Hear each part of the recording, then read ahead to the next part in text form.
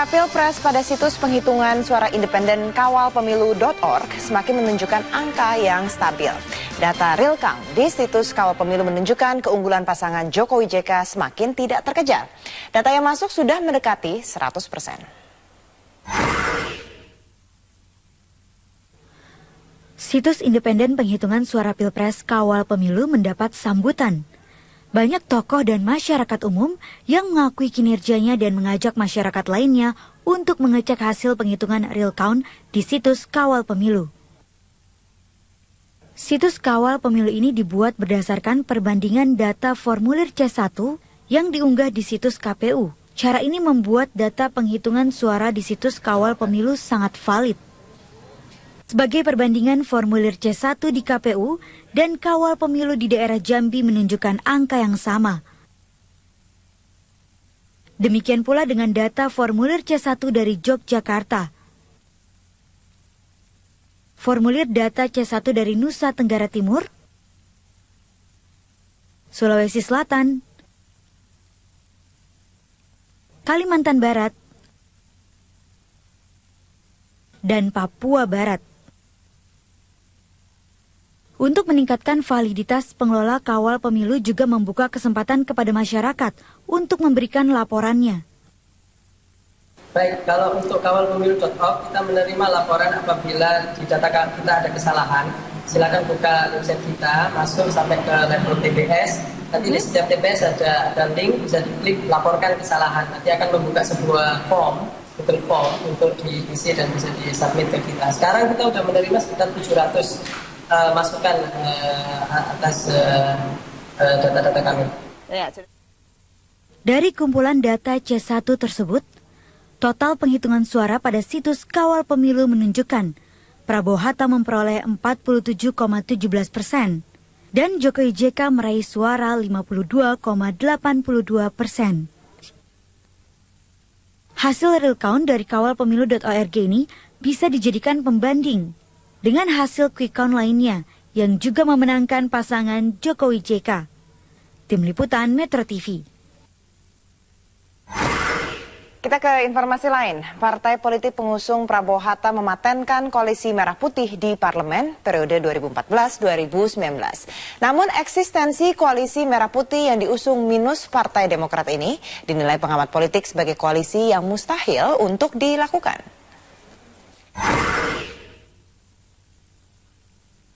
Absennya Partai Demokrat dalam pengukuhan koalisi permanen yang diusung oleh pasangan Capres Prabowo Subianto Hatta Rajasa menjadi tanda tanya besar bagi banyak orang.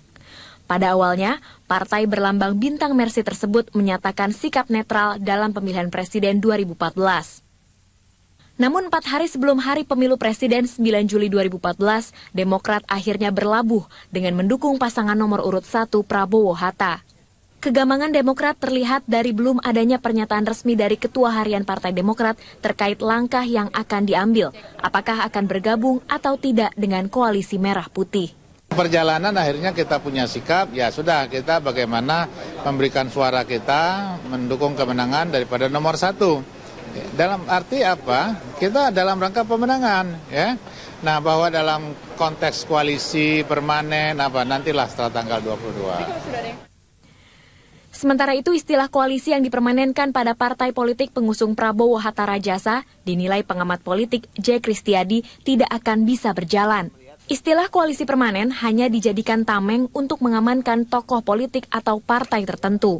Karena koalisi permanen ini segera akan menjadi sangat tidak permanen. Sudah kelihatan kalau saya baca. Saya bukan dukun, tapi sudah kelihatan gerak-gerik Partai Golkar, gerak-gerik Demokrat, gerak-gerik P3, ya, apalagi Demokrat, ini kan sudah ada hadir. Itu juga mengindikasikan bagaimana setengah hatinya Demokrat ada di dalam koalisinya si Prabowo Hatta. Pelaksanaan koalisi permanen di Indonesia sulit dilaksanakan karena dinamika di DPR yang sangat dinamis. Dalam 10 tahun terakhir, koalisi yang dibangun Presiden SBY tidak sepenuhnya solid dan permanen. Tim Liputan, Metro TV. Sejumlah elit parpol pendukung Prabowo Hatta berbeda pendapat. Pemirsa, sejumlah elit partai politik yang tergabung dalam koalisi Merah Putih meragukan koalisi permanen akan berlangsung abadi atau permanen seperti namanya. Pengamat komunikasi politik bahkan memprediksi koalisi permanen hanyalah bentuk upaya tim ses Prabowo Hatta agar anggota koalisi tidak pindah haluan dukungan. Sejumlah politisi dari partai politik yang tergabung dalam koalisi Merah Putih yang mengusung Prabowo Hatta berpendapat tidak ada yang permanen dalam koalisi.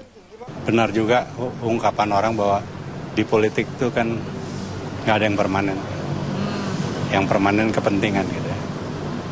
Jadi kalau ada suara setelah tanggal 22 akan bisa ditinjau lagi, menurut saya bisa benar, bisa tidak. Ketika kita koalisi sekarang juga kan dulu bukan hanya pernyataan tertulis di atas meterai kita tanda tangani, tapi kan dalam perjalanannya up and down juga. Jadi jangan terlalu bersemangat, tapi jangan juga terlalu kendor semangat gitu. Ya, ilmu politik adalah ilmu sosial. Di dalam ilmu sosial tidak ada yang permanen. Mereka juga pada waktu itu mengatakan permanen. Siapa bilang? Nyatanya pemerintahan Pak SBY diganggu terus.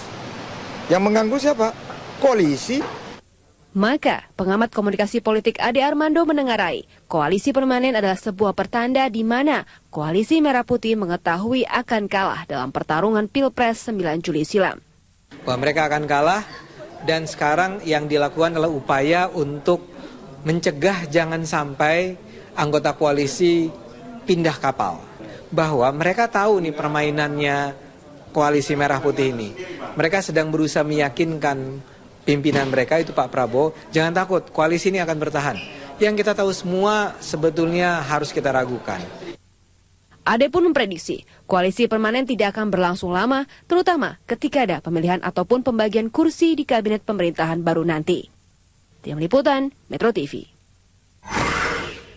Wakil Ketua Umum Partai Persatuan Pembangunan Suharso Monoarfa menyebut penandatanganan koalisi permanen melanggar ADART partai. Kini P3 disebut tengah berada di persimpangan terkait koalisi dan tidak menutup kemungkinan P3 bergabung dengan koalisi Jokowi JK. Bukan soal merapat kemana ke A dan ke B, tetapi proses konstitusional di dalam mengambil keputusan merapat atau melakukan koalisi permanen itu tidak benar. Jadi salah prosedurnya nggak ada, gitu, ya kan? Siapa tahu kalau dibawa dalam prosedur kemudian disetujui, apa boleh buat itu dilakukan. Tapi ini tidak dilakukan. Sehingga dengan demikian kami mengatakan, sebagian besar dari kami mengatakan tidak ada. Gagasan koalisi permanen bentukan partai-partai politik pendukung Prabowo Hatta menuai polemik. Sebagian pihak menilai gagasan koalisi permanen ini rancu dan tidak akan bertahan. Kami mengulasnya kali ini dengan politikus Partai Demokrat Ruhut Sitompul. Selamat malam Bang Ruhut. Selamat malam. Baik, terima kasih sudah datang. Kemudian ada Pak Ikrar Nusa Bakti, analisis politik. Selamat malam Pak Ikrar. Malam. Baik, kita rencananya juga masih menantikan Wakil Ketua Umum dari P3, Pak Suharso Monoarfa. Mudah-mudahan bisa bergabung pada malam hari ini. Saya ke Bang Ruhut terlebih dahulu. Anda meragukan sifat permanen dalam koalisi Merah Putih atau koalisi permanen itu. Tapi menurut beberapa politikus Partai Demokrat yang saya kutip ya di berbagai media lainnya juga mengatakan bahwa Demokrat berada di dalam koalisi permanen. Mengapa Anda meragukan koalisi permanen ini? Kenapa saya ragukan? Kan kami sudah ngalami. Perlu diketahui, pemerintahan Pak SBY 2 periode yang dipilih langsung oleh rakyat. Kalau berbicara koalisinya itu 50+1. Mungkin kawan-kawan saya mungkin tidak merasakan. Kalau saya sangat merasakan. Kenapa? Semua orang mengatakan saya sangat vokal di DPR itu. Karena yang saya hadapi bukan yang ada di luar pemerintahan. Dalam hal ini PDI Perjuangan. Ya, atau yang lain kan ada 3 partai. Yang 6 bersama kami. Apa yang terjadi yang mengganggu pemerintahan Pak SBY selama ini? Justru di dalam koalisi? Dalam koalisi. Kader P3 siapa yang nggak tahu Yani? Kader PKS siapa yang nggak tahu Fahri Hamzah? Nudirman Munir, Golkar. Lain-lain, sama. Itu yang saya katakan. Jadi Anda ragu dengan adanya sebutan permanen lagi nih? Bahkan belajar dari pengalaman koalisi. Jadi koalisi ini ada kesepakatan. Saya sangat mengalami sekali. Itu hak kami. Ketua umum kami yang juga Presiden Republik Indonesia Pak SBY menugaskan saya sebagai Ketua Komisi 3. Apa saya tidak sedih? Koalisi permanen itu yang menolak. Yang mendukung saya selain Demokrat, PDI Perjuangan. Tapi justru itu disebut koalisi permanen yang sekarang ini semangatnya untuk evaluasi atau belajar istilahnya penyempurnaan dari koalisi yang pernah dibentuk oleh Pak SBY, dan karena itu disebut permanen, tanda tangan di atas meterai bersama-sama di Tugu Proklamasi beberapa waktu lalu. Tapi saya nggak mau berpanjang lebar, nyatanya kan partai kami nggak datang.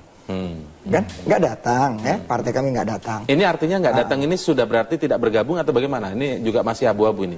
Iya, sekarang gini lah, saya ini orang hukum, lebih baik kita bicara hukum. Ya. Dalam undang-undang partai politik itu harus Pak SBY karena beliau yang ketua umum. Itu aja.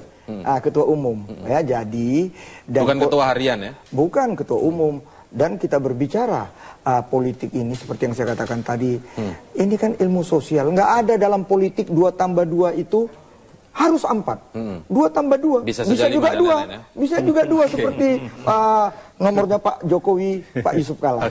Baik, tapi bagaimana analisa dari Pak Ikrar Nusa Bakti tentang koalisi permanen ini sebenarnya? Koalisi permanen yang mungkin bentukan partai-partai pendukung Prabowo Hatta atau koalisi permanen sebenarnya dalam konteks sesungguhnya. Nanti kita akan mengulasnya. Tetaplah bersama kami di Prime Time News.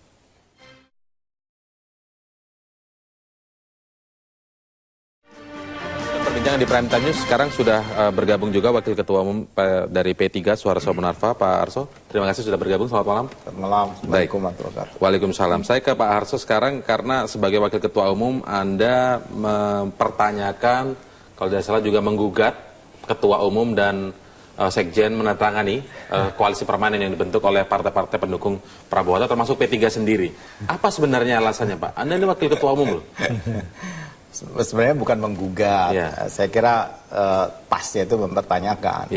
Karena keputusan kami itu hanya ikut mendukung pencalonan presiden.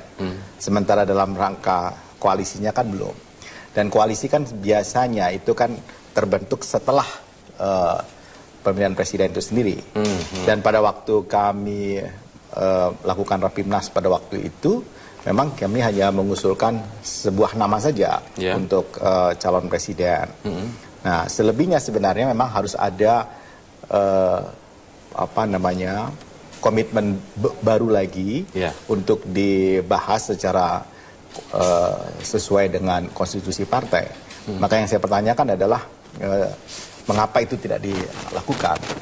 Dan saya hanya ingin menjaga. Sebelumnya tidak diberitahu? Sama sekali kami tidak tahu. Banyak, dan ini menjadi pertanyaan sampai di tingkat bawah, kenapa itu dilakukan. Karena ini kan akan membuat konfigurasi sampai di bawah. Dan setelah Anda selidiki, ini keputusan berapa pihak? Ya, yang saya tahu adalah keputusan yang tidak diketahui oleh Dewan Pimpinan Pusat.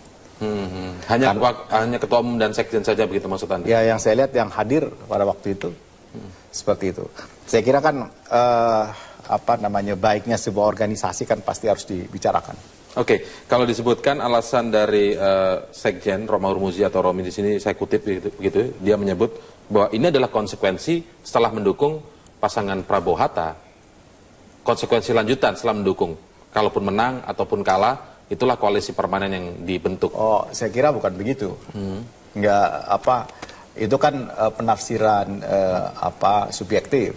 Saya kira penafsiran konstitusional partai yang diperlukan, bukan penafsiran seperti apa misalnya penafsiran ya, artinya harus dibawa kembali dan keputusannya itu ada dalam sebuah rapat yang kita akan bicarakan kemana kita harus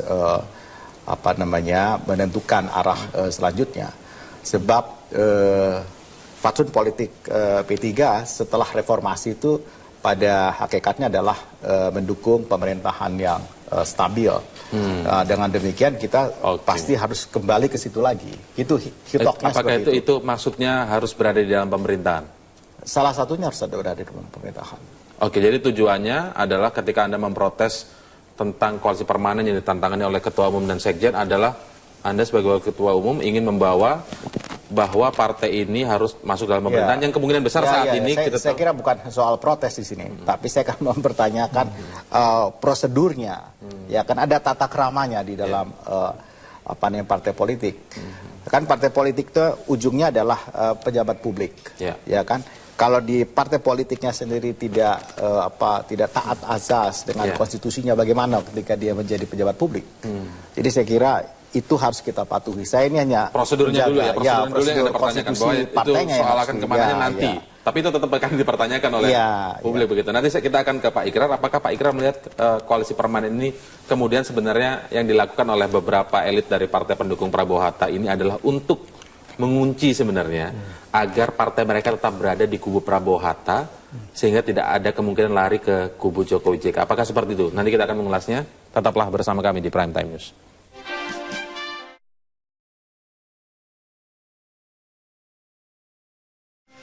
Ya, kita lanjutkan perbincangan di Prime Time News. Saya ke Pak Ikrar sekarang. Pak Ikrar, kalau Anda melihat sebelum kita jauh mengulas tentang koalisi permanen yang dibentuk oleh koalisi Merah Putih ini, saya ingin tanya ke Anda dulu, sebenarnya koalisi permanen di sistem presidensial ini seperti apa sih? Ya, kalau kita lihat ya, koalisi permanen itu memang lebih banyak dibangun di dalam satu sistem parlementer ya, seperti di Australia. Tapi itu juga partainya nggak banyak-banyak. Cuma dua partai ya, maksud saya cuma dua partai itu misalnya kayak Partai Nasional dan Partai Liberal Australia ya, makanya kemudian Liberal Nasional Coalition Party misalnya kan itu kan ya, karena kebetulan atau memang jumlah partainya memang sedikit di sana, Pak? Enggak juga, ada juga yang lain, ada Partai Hijau, ada Partai Demokrat juga ada di sana ya, tapi yang jelas-jelas berkoalisi secara permanen dari dulu sampai sekarang itu ya yang dulu yang namanya nasional, yang dulu namanya country sekarang jadi nasional party itu sama Liberal Party. Dan tidak pernah terjadi misalnya Liberal Party itu berkoalisi dengan Partai Buruh di dalam pemilu federal di Australia misalnya kan. Itu kalau kita lihat lagi-lagi persoalannya itu adalah ideologinya sama ya. Garis perjuangan partainya juga mirip walaupun basis masanya yang satu pedesaan, yang satu perkotaan misalnya kan. Itu. Nah, kalau kita lihat ya dalam kasus Indonesia begitu banyaknya partai. Tadi Bung Ruhut sudah menjelaskan misalnya bahwa ada 6 partai ya di dalam koalisi yang sebelumnya ya, dengan ideologi yang berbeda-beda, dengan kepentingan politik yang juga berbeda-beda, dengan juga tujuan politik yang berbeda-beda, sulit. Jangankan di dalam suatu posisi di mana mereka menjadi oposisi, di dalam pemerintahan saja itu juga tidak terjadi koalisi permanen itu yang tadi digambarkan oleh dengan 6 partai dengan background atau platform partai yang berbeda-beda itu sangat tidak mungkin. Buat saya sangat tidak mungkin ya. Mungkin. Apalagi kemudian kita tahu bahwa pasangan Prabowo Hatta ya itu kemungkinan besar itu akan kalah dalam pemilu presiden itu. Makanya Anda lihat aja belum selesai hasil pemilu itu diumumkan oleh KPU pada 22 Juli ini, koalisi itu sebenarnya sudah mereteli gitu kan. Sudah bubar begitu maksudnya ya. Buat saya ya. Tapi begini Pak, kalau yang terjadi sekarang kira-kira apa? Kenapa mereka melakukan ini?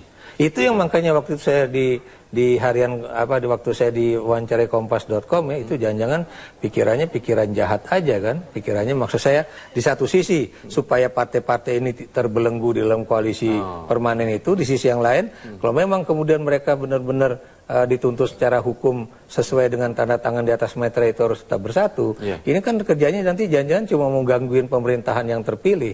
Jadi itu yang terjadi. Kalau memang itu yang terjadi buat saya. Iya, kalau itu yang terjadi, itu juga tidak sesuai dengan kepentingan P3 sendiri. Tadi Pak Suarso mengatakan ya, bahwa yang dipentingkan oleh pemerintahan stabil. Bagaimana 5 tahun ke depan itu pemerintahan bisa berjalan dengan baik. Dan buat saya, Golkar juga berpikiran yang sama ya. Oke, baik. Nanti kita akan lanjutkan apakah memang itu tujuannya. Karena kalau kita lihat saat deklarasi, sempat dimunculkan dalam sebuah tayangan juga, mengatakan bahwa jumlah kursi yang dimiliki oleh partai-partai yang telah bergabung dalam koalisi permanen ini, apakah itu memang tujuannya untuk pemerintahan stabil? Nanti kita akan bahasnya lagi. Tetaplah bersama kami di Prime Time News.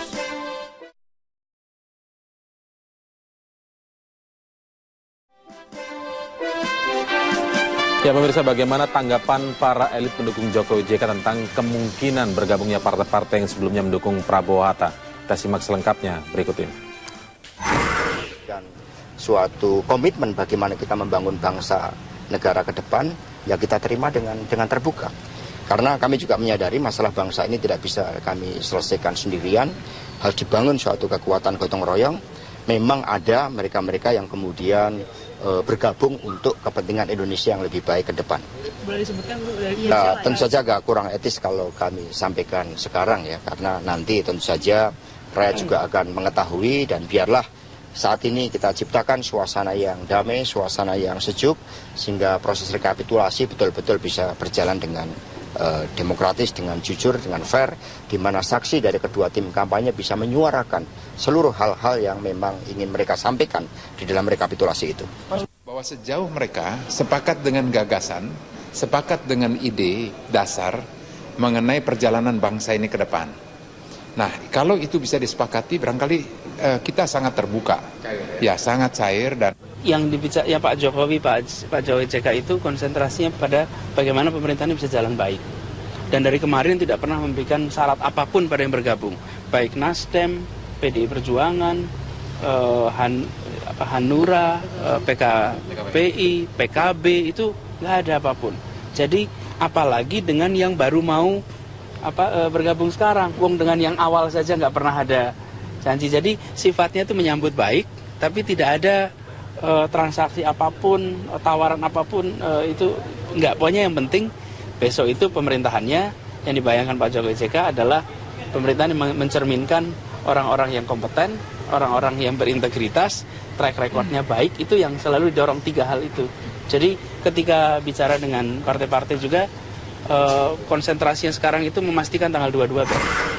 Ya, saya ke Pak Ikrar dulu. Pernyataan Pak Anies tadi menarik. Itu ideal, tetapi mungkinkah kemudian partai-partai yang berasal dari pendukung Prabowo Hatta, misalnya kalau mereka kemudian akhirnya bergabung, partai-partai memiliki jumlah kursi yang cukup besar misalnya di parlemen, tidak menuntut syarat apapun kemudian, Pak? Ya, kalau menurut saya realistis tidak itu kira-kira? Kalau buat saya sih kemungkinan besar memang seperti itu. Kenapa demikian? Karena ada tahu ya, ketika Golkar kemudian waktu itu ingin bergabung tapi dengan memberikan syarat-syarat, itu langsung ditolak. Ya.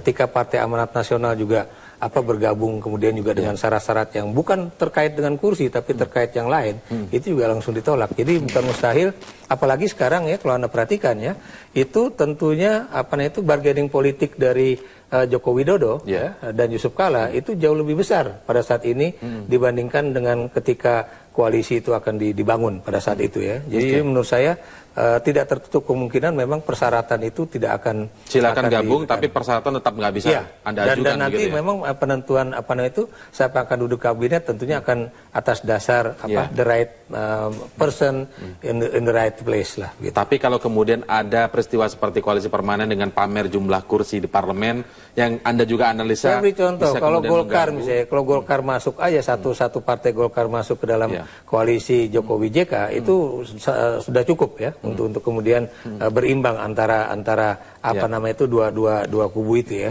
Tapi kita juga tahu bahwa kemudian kalau Golkar misalnya permintaannya terlalu banyak, bukan mustahil nanti mungkin Demokrat yang akan masuk, P3 yang akan masuk, PAN yang akan masuk, dan Anda jangan lupa bahwa ganjelan psikologis antara Partai Demokrat dengan Partai Demokrasi Indonesia Perjuangan hari ini menurut saya sudah luluh ya. Kenapa sudah luluh? Karena kita tahu ya akan terbuka kemungkinan komunikasi antara Pak SBY dengan Ibu Megawati. Kenapa demikian? Karena kan waktu itu tertutup karena Megawati tidak mau Partai Demokrat kemudian menjadi penentu di dalam kemenangan Jokowi JK pada saat pemilu presiden. Oh, kenapa tidak bergabung di awal? Nah, itu juga yang ingin saya tanyakan ketika Partai Demokrat menyatakan netral begitu ya.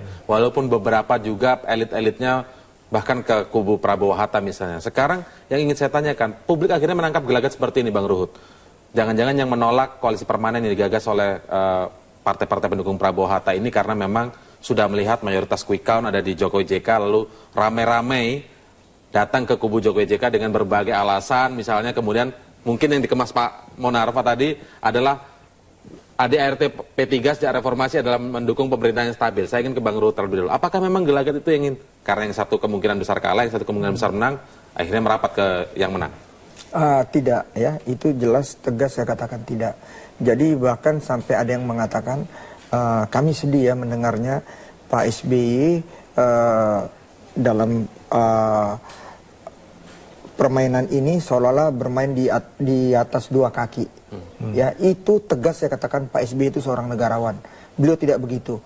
Tapi dalam posisi waktu kami netral dalam Rapimnas pada waktu itu, Bapak saya ingat sekali naik ke podium mengatakan Oke, kalau memang kalau kami nggak mau itu ngomong oposisi, kita presidensial, betul apa yang dibilang Kang Ikrar, ya. Jadi kita nggak kenal. Jadi Bapak mengatakan kita mandiri berada di luar pemerintahan, ya. Tapi jangan golput.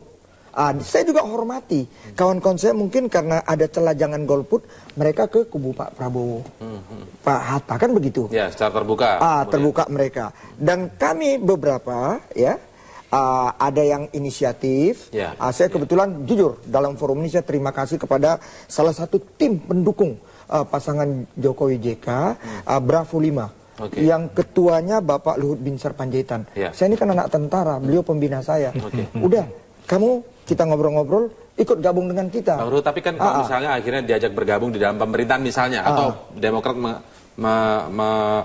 ingin masuk dalam pemerintahan misalnya begitu. Kalau kemudian yang diikutkan adalah partainya, sementara ada elit-elit partai yang lain waktu itu di Partai Demokrat yang memilih Prabowo Hatta, tentu ada preferensi politik tersendiri. Nah, apakah ini kemudian bisa nyambung, bisa match begitu dengan apa yang disyaratkan oleh Wasekjen PDIP tadi yang mengatakan kalau mereka setuju dengan gagasan kita bergabung. Nah, ketika Pilpres saja mereka bergabung ke kubu yang lain, artinya gagasannya cocok dengan yang lain begitu kan? Nah, ini bagaimana nanti? Konsolidasinya seperti apa kira-kira? Itu saya rasa nggak ada masalah. Itu yang saya katakan kepada semuanya dengan hormat, kerendahan hati saya katakan ini politik. Ya, saya sedih ya sebagai orang hukum kalau mendengar kata-kata kalau udah politik itu ada kata-kata permanen. Nggak ada itu permanen. Nggak ada, saya ingatkan sekali lagi. Kalau misalnya permanen itu diidentikan, berusaha diidentikan dengan konsistensi. Misalnya kalau dari awal mendukung kubu A, ketika kalah atau menang jadi kubu A begitu. Bagaimana itu Bang Ruhut melihat itu? Jadi apalagi saya kan mengalami ya 10 tahun Pak SBY demikian bekerja keras ya untuk kesejahteraan rakyat. Kurang apa? Kalau Pak Jokowi jelas loh ya sama Pak JK mau bantu silakan. Kita jangan ngomong-ngomong kaitan dengan ya maaf aja mau itu materi mau jabatan, tegas mereka. Pak SBY ini kan orang yang paling baik ya karena dia hormati kawan-kawan satu perjuangan pada waktu itu. Koalisi ini bahkan diajak di pemerintahan.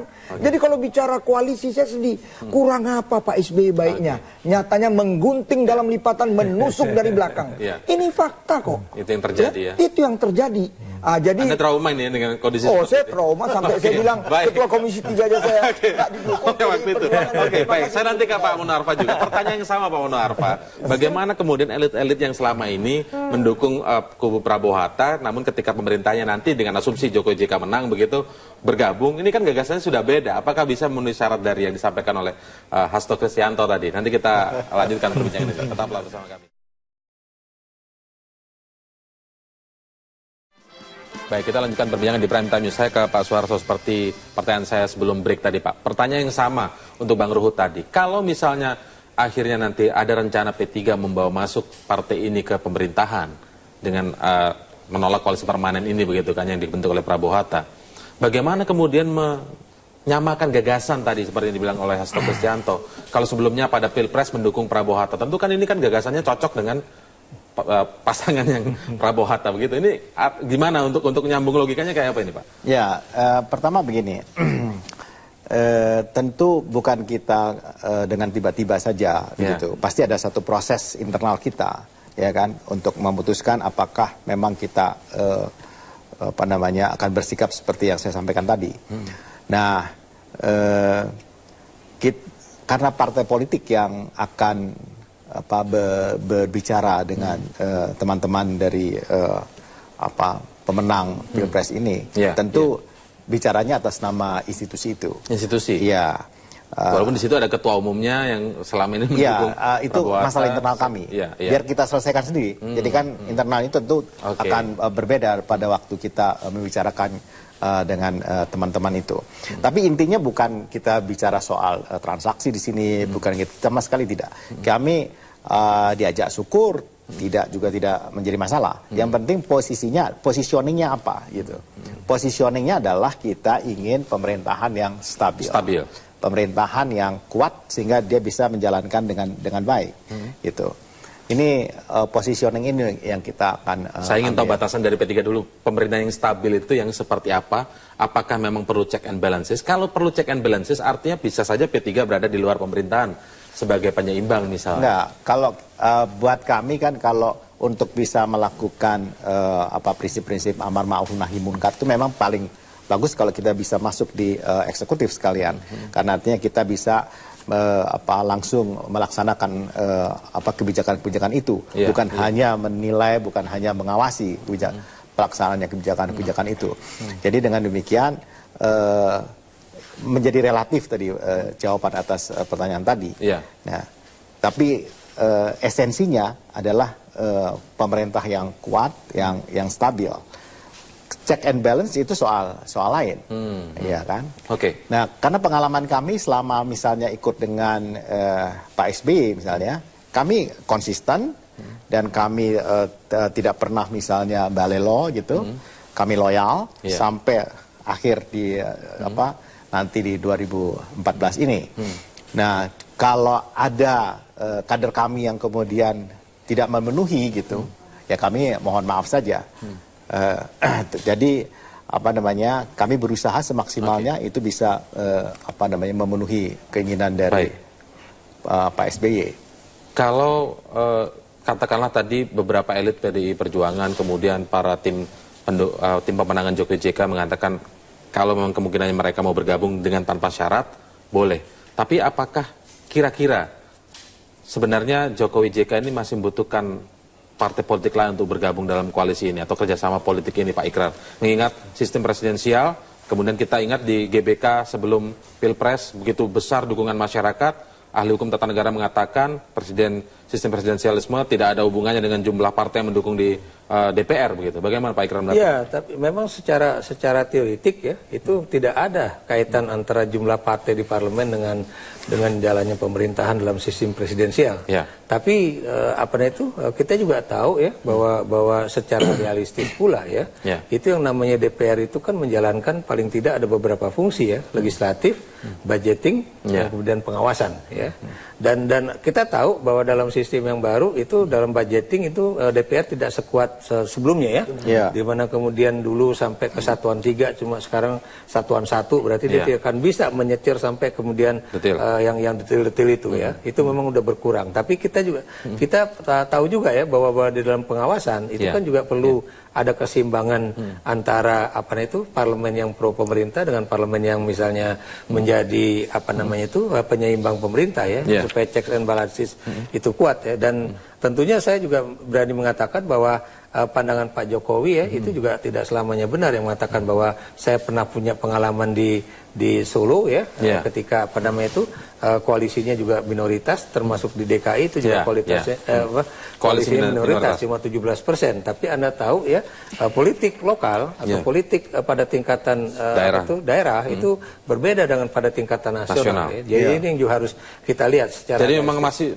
menurut Anda masih perlu? Kalau buat saya memang tetap masih perlu, walaupun lagi-lagi ya tentunya tadi saya katakan ya bahwa bargaining positions partai-partai ataupun Jokowi JK sebagai calon presiden dan wakil presiden itu jauh lebih kuat ketimbang ketua-ketua umum partai atau pimpinan-pimpinan partai yang akan masuk ke dalam koalisi yang akan terbentuk itu ya. Supaya tidak ada telikung menggunting dalam lipatan tadi istilah Bang Ruhut tadi harus seperti apa? Kalau memang partainya harus banyak. Kalau soal itu memang kita tidak bisa menjamin ya. Kita tidak bisa menjamin bahwa akan terjadi perbedaan antara anggota partai yang juga menjadi anggota koalisi dalam kaitannya dengan kebijakan pemerintah. Tapi tentunya kalau memang nanti kebijakan pemerintah itu baik, mereka tentunya berpikir 2 kali untuk kemudian mengganjal, karena nanti akan ada cemoohan masyarakat juga ya. Udah dikasih masuk tiba-tiba masih menggunting dalam lipatan pula. Jadi hal-hal semacam itu juga pasti. Ini yang saya tanyakan Bang Ruhut. Bang Ruhut terakhir nih, untuk Bang Ruhut yang terakhir, kira-kira Anda setuju tidak kalau memang di awal saat Pilpres sendiri pertarungan itu netral, kemudian walaupun ada banyak yang ke kubu yang lain, ke kubu Prabowo Hatta, tapi kemudian saat ini kemudian bisa merapat ke kubu Jokowi JK, tidak takut kalau disebut wah ini partainya pragmatis nih? Tidak. Jadi ini pertanyaan tadi yang Pak Manwarfa ini baik sekali. Jadi begini, Pak SBY tadi yang dikaitkan juga Kang Ikrar kan check and balance ya. Tapi kita hormati, kita demokrasi. Pak SBY itu sangat mengedepankan demokrasi. Jadi jujur saja kami pun, saya di DPR, beliau selalu ingatkan Kalau memang pemerintah, pembantu saya ada yang kurang tepat dalam bekerja, kritisi. Ini yang suka kita salah, kritisi di Partai Demokrat, kritisi memberi solusi. Tapi kan membangun, bukan seperti sekarang koalisi, apalagi ya jujur saja, saya kan DPR kaitan MD3, ini Jokowi jangan macam-macam, JK nanti bisa diimpeach. Janganlah, kita presidensial. Jadi kalau kaitan bagaimana nanti setelah tanggal 22 dan saya lihat insya Allah ya itu Pak Jokowi JK yang menjadi presiden kita yang ke-7 nantinya, tapi kita tunggu legalnya tanggal 22. Kami kader-kader mau yang ada di kubu sana, mau ada yang di kubu sini, ya dalam hal ini saya di JK dan Pak Yusuf Kala, ya Pak Yusuf Kala dan Jokowi, ya kami semua harus patuh dengan Pak SBY.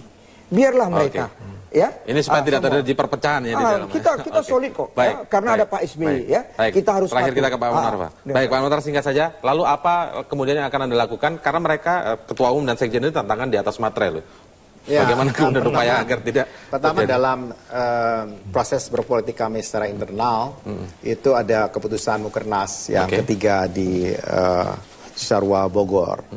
Ya, yang salah satu keputusannya mengatakan bahwa kita akan melakukan muktamar sebulan setelah Pilpres. Jadi kalau Pilpres itu tanggal 9 Juli berarti 9 Agustus. Itu yang akan nanti menentukan arah kemana. Ya, setidak-tidaknya apakah itu akan dilaksanakan atau tidak, atau bagaimana bentuknya nanti kita sampai di situ. Agustus begitu ya. Baik, terima kasih Pak Suharso Monarva, Bang Ruhut Sitompul dan juga Pak Ikrar Nusa Bakti telah bergabung bersama kami di Prime Time News malam ini. Selamat malam.